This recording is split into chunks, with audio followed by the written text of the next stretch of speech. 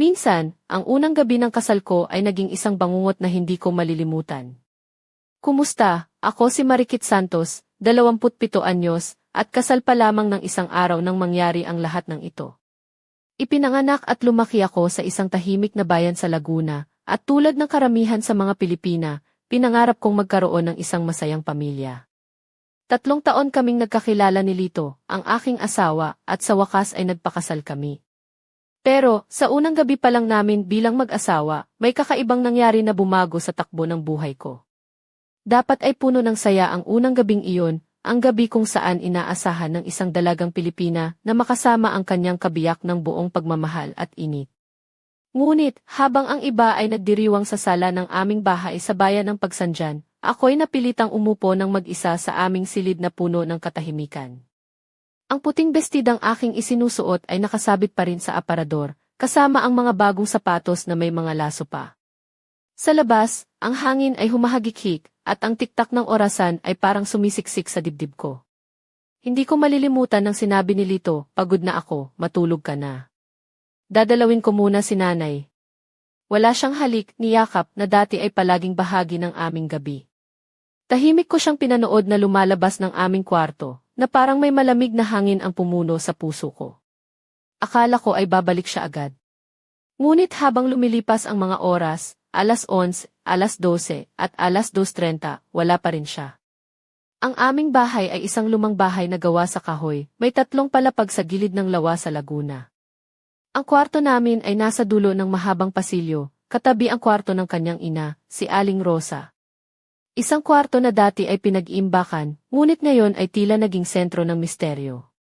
Nang marinig ko ang mga kakaibang tunog mula sa kwarto ni Aling Rosa, hindi ko mapigilang lumapit. Dahan-dahan kong binuksan ang pinto, at doon, sa dilim na may bahagyang ilaw ng lampara, nakita ko si Lito na nakaupo sa tabi ng higaan ng kanyang ina. Hindi ito ang inaasahan kong tanawin. Si Aling Rosa ay nakahiga na tila may sakit, ang kanyang mga buhok ay magulo at ang kanyang blouse ay bahagyang nakabukas. Si Lito ay maihawak na basang tuwalya at mahinahong pinipisil ang likod ng kanyang ina. Ang mga tunog na narinig ko ay hindi pag-iyak o sakit, kundi isang bagay na mas malalim, mas nakakatakot. Umuwi ako sa silid ko, ang puso ko ay kumakaripas, puno ng takot at kalituhan. Hindi ko maintindihan kung ano ang nangyayari.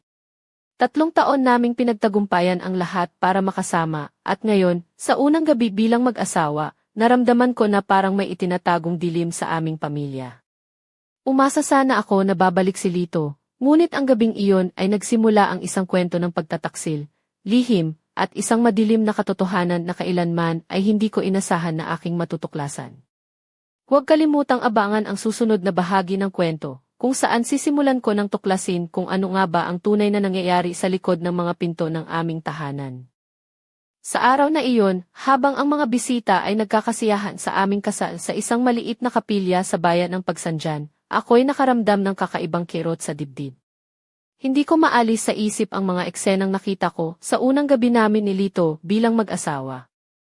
Ngunit sa harap ng mga tao, kailangan kong magpakita ng ngiti na unti-unting naupo sa bawat sandali. Hindi ko pa rin maintindihan kung bakit kailangang magpaalam si Lito ng ganoon. Pagod na ako, kailangan ko munang pumunta sa kwarto ni nanay. Wala siyang yakap ni halik na dati ay palaging bahagi ng aming gabi. Bago siya lumabas ng kwarto, tumitig lang siya sa akin, tila may dinadala na mabigat na lihim. Ngunit hindi ko siya pinigilan. Akala ko ay babalik siya agad. Ang bahay nila ay isang lumang bahay na gawa sa kahoy, may 3 palapag, may malaking bakuran na puno ng mga punong mangga at sampalo. Sa gitna ng aming pasilyo, naroon ang aming kwarto at sa tabi nito ang kwarto ng kanyang ina, si Aling Rosa. Madalas kong naisip na malamig ang bahay na iyon, tila may aninong naglalakad sa bawat sulok. Sa buong araw ng kasal, hindi ko maiwasang balikan ang mga pangyayari. Bakit ba hindi siya agad bumalik? Bakit tila nag-iba ang kilos niya? Ang mga sagot ay nagmumukhang nagtatago sa dilim ng bahay na iyon. Hindi ko pa rin alam ang buong kwento, ngunit ramdam ko na may unos na paparating. Ang mga salita ni Aling Rosa kinabukasan ay malamig at mapanuri. Dapat kang sanayin sa buhay dito. Lahat ay may tamang lugar. Kung hindi ka makakasunod, matututuhan mo ang iyong hangganan, ang sabi niya, na para bang banta sa isang bagong manliligaw ng kanyang anak. Tumingin siya sa akin ng maihalong pagdududa at paghusga, habang si Lito ay tahimik lang, nakatitig sa kanyang plato. Naisip ko, bilang isang bagong asawa, dapat ay masaya ako at puno ng pag-asa. Pero ang bawat sandali ay tila puno ng pangamba at kalituhan. Ang unang gabi na dapat ay puno ng pagmamahalan ay naging simula ng isang misteryo at takot na hindi ko lubos na naintindihan. Ngunit hindi ako basta-basta susuko.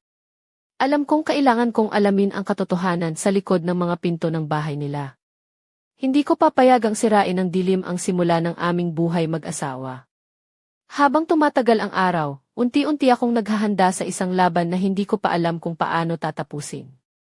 Ngunit isang bagay ang sigurado, hindi ako aalis hanggat hindi ko nalalaman ang buong katotohanan.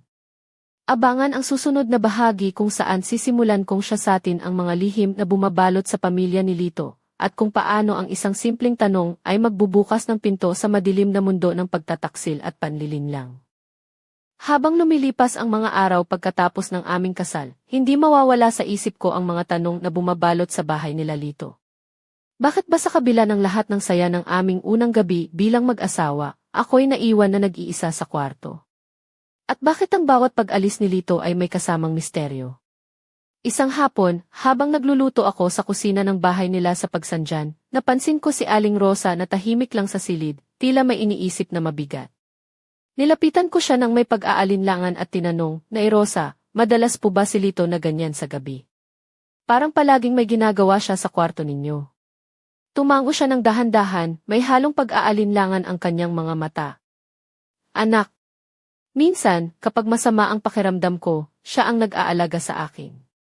Pero dapat maintindihan mo, dito sa bahay na ito, may mga bagay na hindi basta-basta nababahagi. Hindi ko mapigilang mapailing. Naiisip ko na baka ito ang dahilan kung bakit bihira akong makita ni Lito sa gabi, ngunit may kulang pa rin sa paliwanag. Hindi ito ang tipikal na pag-aalaga na inaasahan ng isang bagong asawa." Pagkatapos ng hapunan, habang si Lito ay tila abala sa kanyang mga bagay sa sala, nagpa siya akong tanungin siya ng direkta. "Lito, bakit hindi mo ako sinamahan kagabi? Akala ko ay magkasama tayo sa unang gabi natin bilang mag-asawa." Tumingin siya sa akin ng matagal, ang kanyang mga mata ay puno ng lungkot at pag-aalinlangan. "Marikit, pasensya na. Pagod talaga ako noon at kailangan ko lang siguruhin na ayos si nanay. Hindi ko sinasadya na mag-alala ka." Ngunit ang sagot niya ay hindi sapat para patahimikin ang bumubulong sa puso ko. May tinatago siya, isang lihim na bumabalot sa aming relasyon. At habang tumatagal, naramdaman kong unti-unting nagiging hadlang ang mga ito sa aming kasal. Sa mga araw na iyon, napansin ko rin na may kakaibang tensyon sa pagitan ni Lito at ng kanyang ina. Hindi sila nag-uusap ng masaya, madalas ay malamig at puno ng pag-aalangan. Nagsisimula akong magduda kung ano nga ba ang tunay na nangyayari sa likod ng mga pinto ng bahay nila. Isang gabi, habang nag-iisa ako sa aming kwarto, naalala ko ang mga kakaibang tunog na narinig ko mula sa kwarto ni Aling Rosa noong una naming gabi. Muli kong tinanong ang sarili, ano ba talaga ang nangyayari dito? Bakit tila may itinatagong madilim na sikreto ang pamilya nila Lito? Ang tanong na iyon ang nagbigay sa akin ng lakas para magpatuloy sa paghahanap ng sagot, kahit na nangangamba ako sa magiging resulta. Sa susunod na bahagi, susubukan kong alamin kung ano ang mga lihim na tinatago ng tahanan ni Lito at paano ako makakaharap sa mga katotohanang magpapabago sa aking buhay magpakailanman. Hindi ko makakalimutan ang gabing iyon sa bahay ni Lito sa Pagsanjan. Ang mga alingaw ng mga kakaibang tunog mula sa kwarto ni Aling Rosa ay muling bumalik sa aking isipan, tumitindi ang aking kaba at kuryosidad.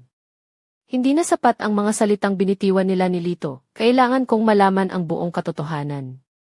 Pagkalipas ng mga oras, nang makatulog na ang buong bahay, dahan-dahan akong bumangon mula sa kama. Isinuot ko ang aking simpleng damit panloob na kulay puti, ang tela ay malambot at bahagyang sumisilip sa mga kurba ng aking katawan na nagpapahiwatig ng isang mahina at delikadong kagandahan. Nilakasan ko ang loob, kinuha ang maliit na flashlight mula sa drawer at dahan-dahang lumabas ng silid. Habang papalapit ako sa kwarto ni Aling Rosa, naramdaman ko ang malamig na hangin na bumalot sa aking balat. Unti-unti kong binuksan ang pinto na bahagyang nakasara pa. Pumasok ako ng dahan-dahan, hindi pinapaso ang sahig habang tumitibok ng mabilis ang puso ko. Sa loob, may liwanag ng isang lampara na may dilaw na takip at doon ko nakita si Lito, nakaupo sa tabi ng kama ng kanyang ina. Ang kanyang mga kamay ay banayad na nagmamasahe sa likod at balikat ni Aling Rosa, na nakahiga na nakatagilid, ang buhok niya ay magulo at ang blouse ay bahagyang nakabukas sa liig. Ang eksena ay napaka-intimo, halos parang hindi mag-ina kundi dalawang taong mailihim na relasyon. Narinig ko ang mahihinang huni mula sa kanyang ina, hindi ito ang karaniwang ungol ng sakit, kundi isang tunog ng pagdurusa at kalungkutan na halos nagpabali ng aking puso. Si Lito ay nagbulong ng mga salitang maihalong pag-aalala at pagmamalasakit, ngunit may kakaiba sa mga ito, isang halong pagkabahala at takot. Hindi ko na kinaya pa. Napakahirap paniwalaan na ang taong minahal ko ng buong puso ay may ganitong ginagawa sa kanyang ina. Ang mga tanong ay bumaha sa aking isipan, ano ang tunay na relasyon nila? Bakit tila hindi ito normal? At higit sa lahat, ano ang bahagi ko sa lahat ng ito? Mabilis akong umalis sa kwarto, nilakad ko ang pasilyo pabalik sa aming kwarto ng tila may mabigat na bato sa dibdib.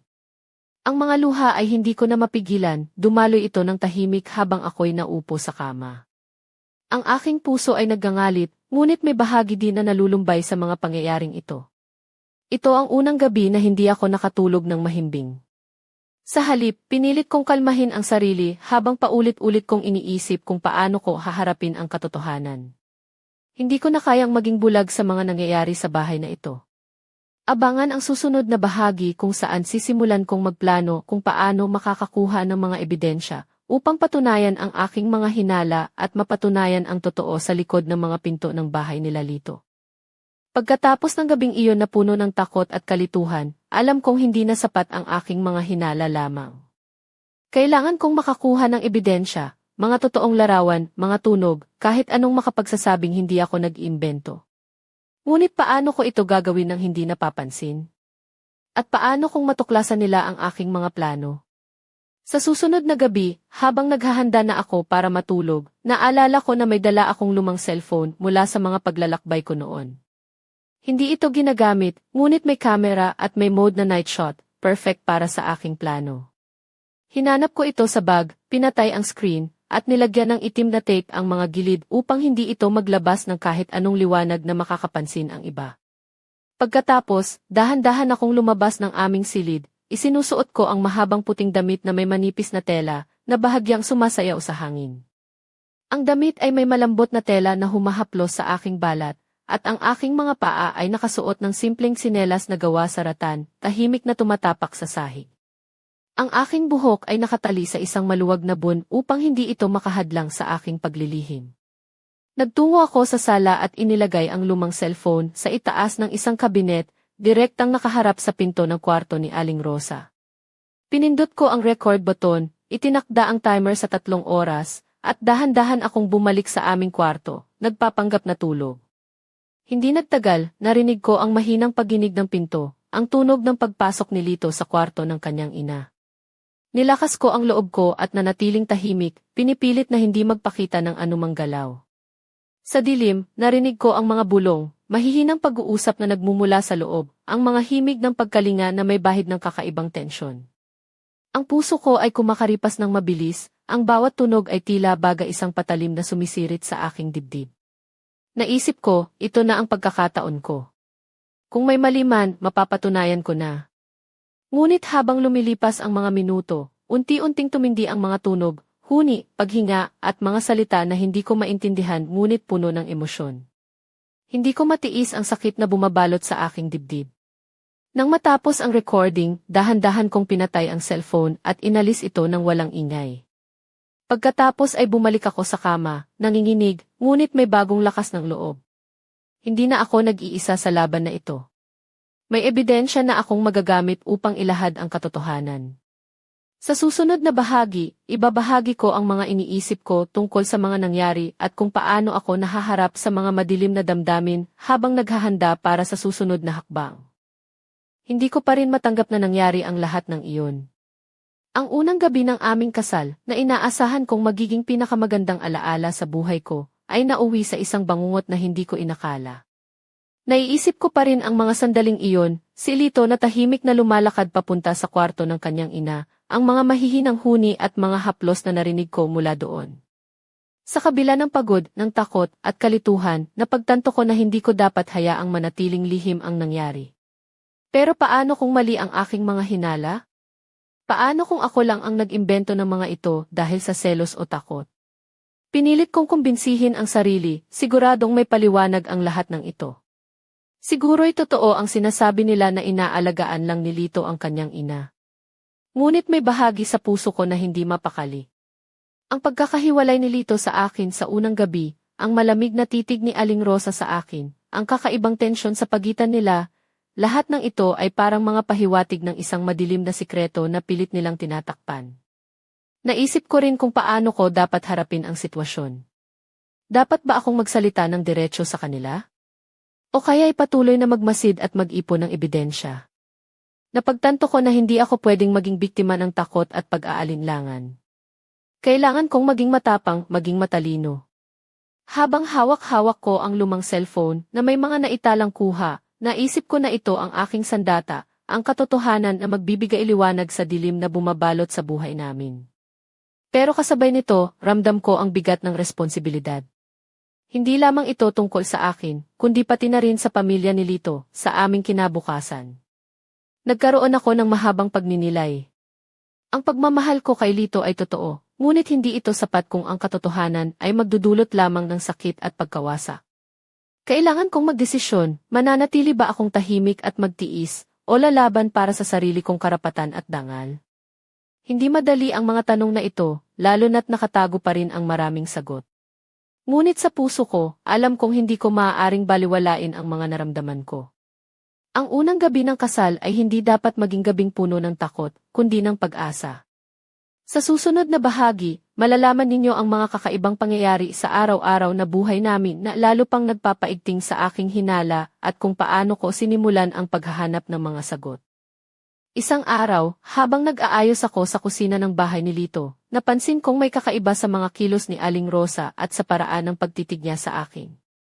Hindi na ito ang pagiging malamig lang, tila may lihim siyang gustong itago, at ako ang dahilan kung bakit siya nag-aalala. Nang makita niya akong naglilinis ng mga pinggan, nilapitan niya ako nang may bahagyang pagkahadlang sa kanyang mga mata. Marikit, mahina niyang tinig, may mga bagay sa bahay na ito na hindi mo pa dapat malaman. Hindi ito para sa mga bagong asawa. Ang mga salitang iyon ay parang kidlat na tumama sa aking puso. Bakit niya sinabing hindi pa dapat malaman? Ano kaya ang tinatago niya? Hindi ko na mapigilang tanungin, Nay Rosa, ano po ba talaga ang nangyayari dito? Bakit palaging may mga gabi na hindi kasama ako si Lito? At bakit parang may mga lihim ang pamilya niyo na hindi niyo gusto kong malaman? Tumango siya ng malalim, tila napipilitan na magsabi ng totoo, ngunit napigilan ng takot. Lito ay anak ko at ginagawa ko ang lahat para sa kanya. Pero may mga bagay na sobra na, mga bagay na hindi mo maintindihan. Sa ganitong mga pagkakataon, mas mabuting manatili ka sa iyong pwesto. Naramdaman ko ang pagkawasak ng aking loob. Hindi ako ang asawa na inaasahan nilang maging masaya at masunurin. Sa halip, ako ang naging isang banta sa kanilang katahimikan. Ngunit hindi ako susuko. Sa likod ng mga salita ni Aling Rosa, alam kong may mas malalim na kwento, isang lihim na kailangang ilantad. At sa gabing iyon, nang muling umalis si Lito papunta sa kwarto ng kanyang ina, nagdesisyon akong hindi na magpatalo sa takot. Dahil dito, muli kong inilabas ang lumang cellphone na may night mode at inilagay sa isang lugar na makikita ang pasilyo papunta sa kwarto ni Aling Rosa. Pinindot ko ang record at nanatiling tahimik sa kwarto. Pakiramdam ko ay naghahanda para sa isang malaking labanan, hindi sa pisikal, kundi sa pagitan ng katotohanan at kasinungalingan. Habang tumatagal ang gabi, naririnig ko ang mga mahihinang bulong, ang mga haplos, at mga paghinga na hindi naaangkop sa isang normal na relasyon ng ina at anak. Ang puso ko ay nagdurusa, ngunit hindi ako mawawala sa aking misyon. Hindi ko inaasahan na ang mga sandaling iyon ay magiging simula ng isang matinding paglaban para sa aking dangal at kalayaan. Sa susunod na bahagi, makikita ninyo ang matinding emosyon at ang pagsabog ng mga lihim na matagal nang nakatago sa loob ng bahay na iyon. Habang nakaupo ako sa madilim na kwarto, hawak ang lumang cellphone at tahimik na nagre-record, ramdam ko ang bawat pintig ng puso ko na tila sumisigaw sa katahimikan. Ang mga bulong at mga haplos na naririnig ko mula sa kwarto ni Aling Rosa ay hindi na maikakaila, hindi ito simpleng pag-aalaga ng ina sa anak, kundi isang bagay na mas malalim at mas madilim. Biglang bumukas ang pinto ng aming kwarto. Tahimik na lumapit si Lito, ang kanyang mga mata ay maihalo ng kaba at pagsisisi. Marikit, hindi ko gusto na ganito ang mga nangyayari. Pasensya na, ang mahina niyang boses na nagdulot ng kirot sa puso ko. Ngunit hindi ko siya pinansin. Ang mga sandaling iyon ay para sa akin at sa katotohanan. Pinindot ko ang stop button sa cellphone at ipinakita sa kanya ang mga naitalang video at audio. Sa kanyang mga mata, nakita ko ang pagtataka, ang takot at ang kalungkutan. Ang kanyang mga labi ay nanginginig, hindi makahinga ng maayos. Itong mga ito totoo ba? Tanong niya, halos hindi makapaniwala. Lito. Hindi ko na kaya ang pagtatago ng mga ito. Kailangan nating harapin ang totoo, kahit gaano man ito kasakit, sagot ko, habang ang aking mga mata ay naglalagablab ng determinasyon. Doon nagsimula ang aming mahirap na pag-uusap, isang pagtanggap ng mga bagay na matagal na naming itinatago. Si Lito ay nagsiwalat ng madilim na bahagi ng kanyang buhay, tungkol sa pagmamahal na naging sakit, at sa isang relasyon na hindi na dapat pinahintulutan. Inamin niyang nahirapan siyang kumawala sa pagkakadena ng nakaraan, ngunit ngayon ay handa na siyang lumaban para sa aming kinabukasan. Ang mga salitang iyon ay parang hangin na unti-unting nagpapagaan sa bigat na matagal ko nang dinadala. Ngunit hindi pa tapos ang laban. Kailangan pa naming harapin si Aling Rosa at ang buong pamilya. Sa mga sumunod na araw, nagsimula akong maghanda, hindi lamang para sa aking sarili, kundi para sa lahat ng mga taong nagdurusa sa likod ng mga pinto ng bahay na iyon. Sa susunod na bahagi, maririnig ninyo ang pagsabog ng mga lihim sa harap ng buong pamilya at kung paano binago ng katotohanan ang lahat ng bagay. Hindi ko inakala na ang araw ng pagharap sa pamilya ni Lito ay darating ng ganito kabilis. Sa aming munting sala sa bahay nila sa Pagsanjan, naroon kami ni Lito at si Aling Rosa, pati na rin ang mga kapatid niya at ilang malalapit na kamag-anak. Ang hangin ay mabigat, ang mga titig ay matalim, at ang katahimikan ay halos pumipi ang mga tao. Hawak-hawak ko ang USB drive na naglalaman ng mga lihim na naitala ko, ang mga bulong, ang mga haplos, at mga salitang nagpapakita ng isang relasyon na lampas sa hangganan ng ina at anak. Tinignan ko si Aling Rosa, na ngayon ay nakatayo ng matatag, ngunit halata sa kanyang mga mata ang pagkabigla at galit. Aling Rosa, panimula ko ng may lakas ng loob, ito ang mga ebidensya ng mga bagay na tinatago mo mula sa aming lahat. Hindi ito simpleng pag-aalaga. Hindi ito karaniwang pagmamahal ng ina sa anak. Ito ay isang kadena na nagbubulag sa aming lahat. Napailing siya, ngunit hindi siya nagsalita.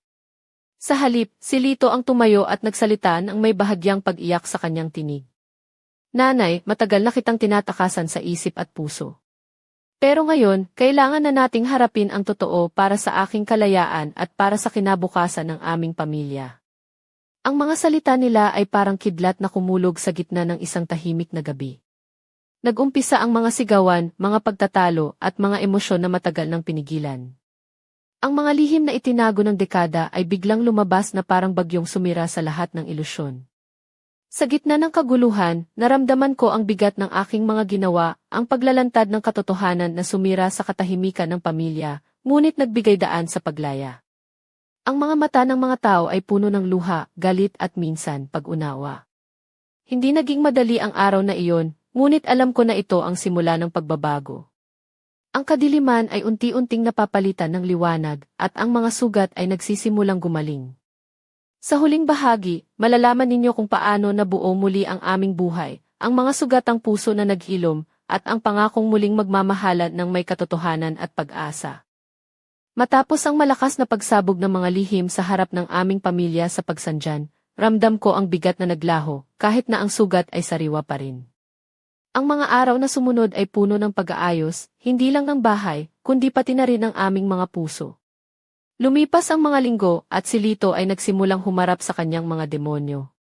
Naghanap siya ng tulong mula sa isang psychiatrist sa lungsod ng San Pablo upang maunawaan at mapagaling ang masasakit na bahagi ng kanyang nakaraan.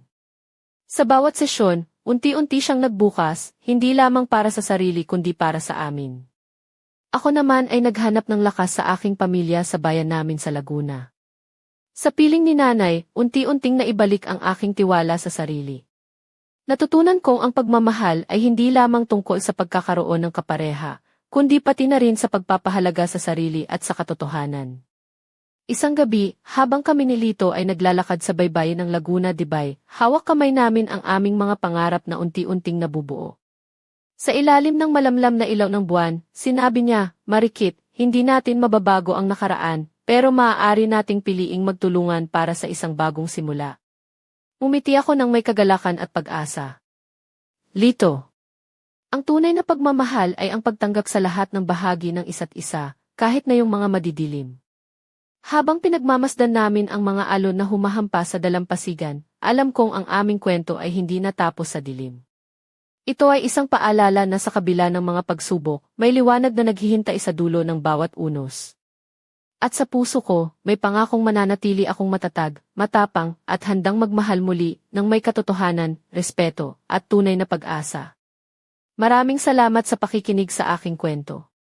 Sana ay may natutunan kayo na pagmamahal ay higit pa sa pangarap at damdamin, ito ay isang responsibilidad, isang tapang, at isang paglalakbay patungo sa katotohanan.